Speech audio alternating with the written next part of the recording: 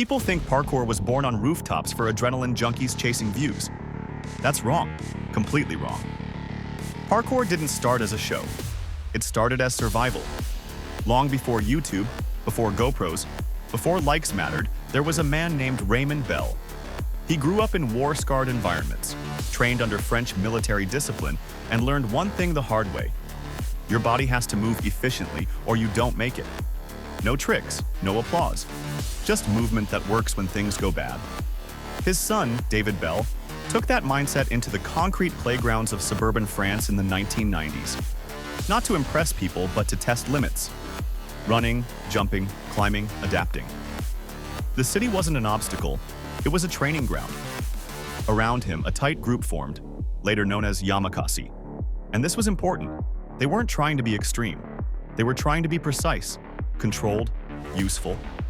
But here's where things changed. The internet arrived. Cameras arrived. Suddenly, parkour wasn't just movement. It was content.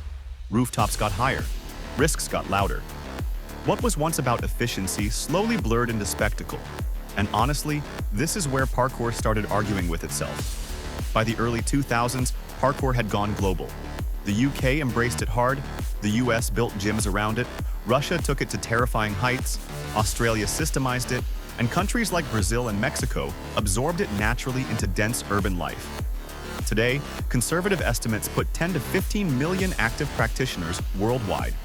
Mostly young, mostly under 30.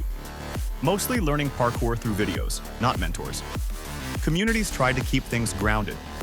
Groups like Storer in the UK, Parkour Visions, and A2 Parkour in the US, and dozens of national federations pushed education over ego.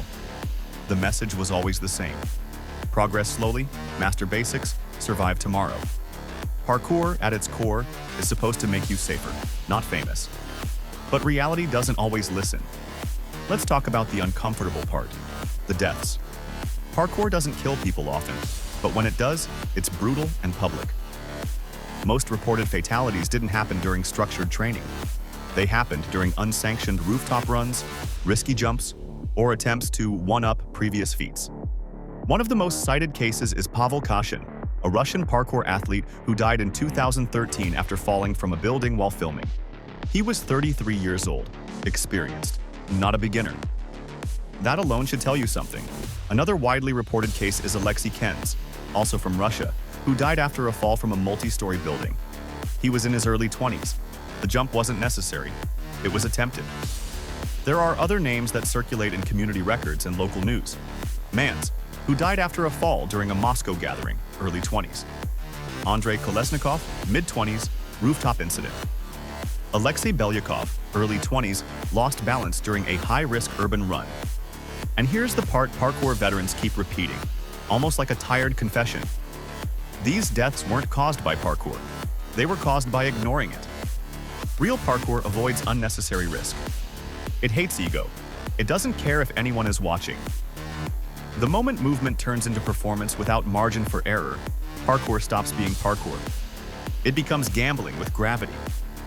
So if you ask whether parkour is an extreme sport, the honest answer is uncomfortable. Parkour itself isn't extreme.